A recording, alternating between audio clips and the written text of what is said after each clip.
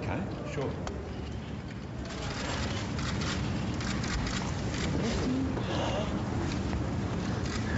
Journalist at my feet. It's always been my ambition. I guess you'd like me to say something first up, and then maybe any questions, I'll answer them.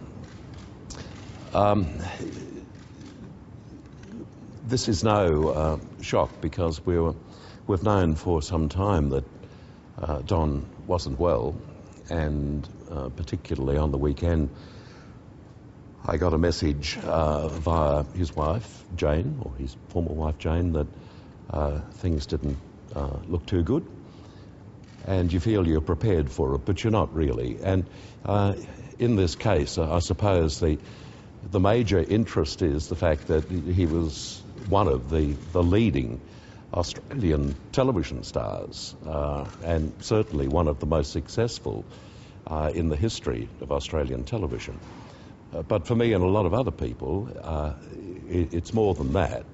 I can understand the interest because of his fame and popularity and success.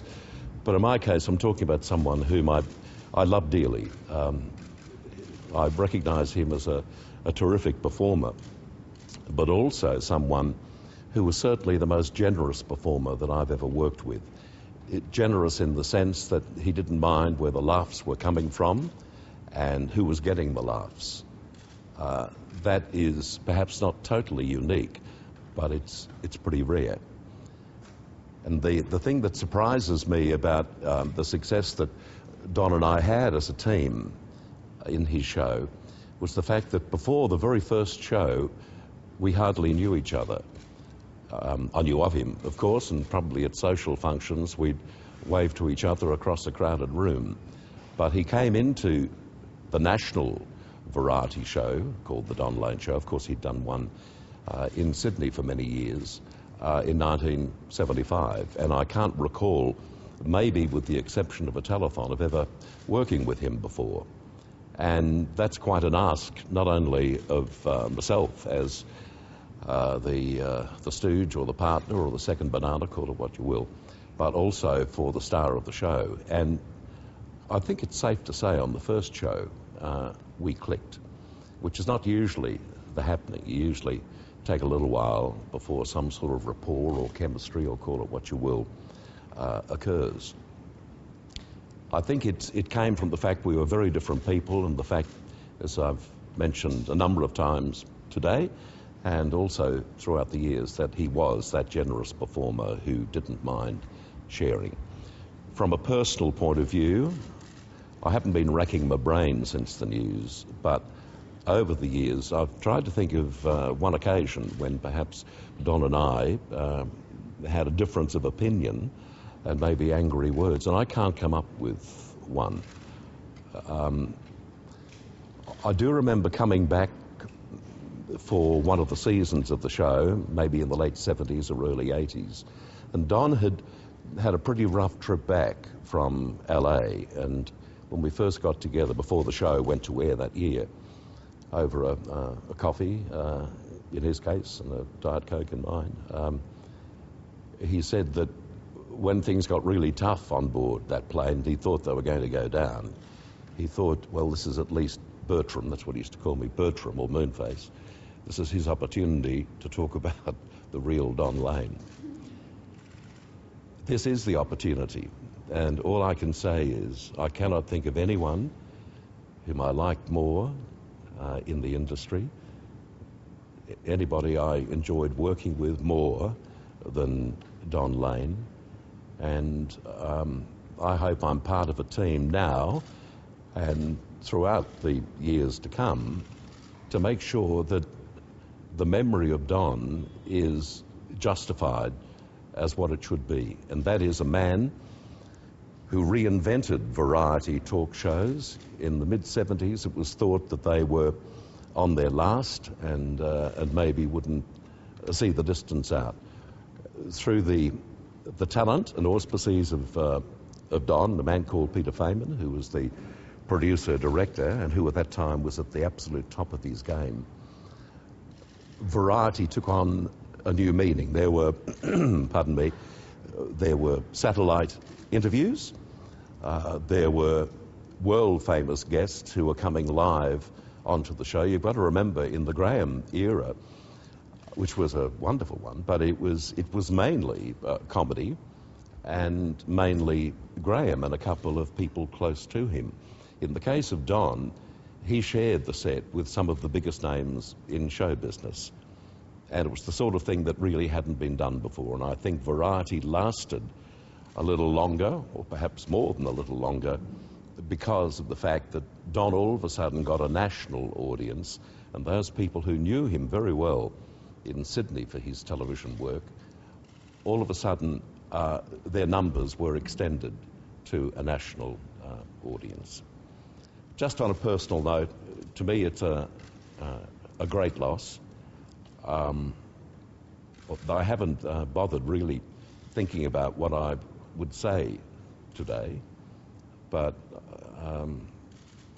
I think in just a couple of words: great performer, a close friend, a man with a wonderful sense of humour, which was exemplified in the middle of the season of the show. I got a very early answering machine at home, which was impossible if you wiped it, you wiped everything on it. And he found out about this, and I came home one night after a late night doing another television show and saw the little light blinking, and it was a message from Don. It was basically his club act, and it went for 50 minutes. I laughed at the time, I laugh now at the memory on this very sad day when we've lost a great bloke. What are some of the memories you have of working on the show together that sort of stick in your mind? Well, I think the main memory I have is the fact that it was what I did in the show with Don was totally ad lib, and that was something that suited Don, suited me. Doesn't suit a lot of television performers, particularly today. Everything is on auto cue, and if there are a whole barrage of expletives on the auto cue, they read them. In those days, if you got yourself into trouble, it was because you didn't think fast enough, not because you were reading something, but because you might have gone too far, or you perhaps got into an area that you shouldn't have gotten into. But when you were working with someone like Don Lane, he could save me, and I think I could save him too. And we had nights when, it wasn't particularly funny. I don't remember them, which I think is a wise thing. But I do remember the nights when we did manage to be funny. And once again, I hasten to add, it's because of his generosity as a performer. And our friendship basically grew in front of a television camera. Socially, we didn't see each other very often, except for launches and publicity ventures. I was married, had a family during the run of the show, 2 children, Matthew and Lauren.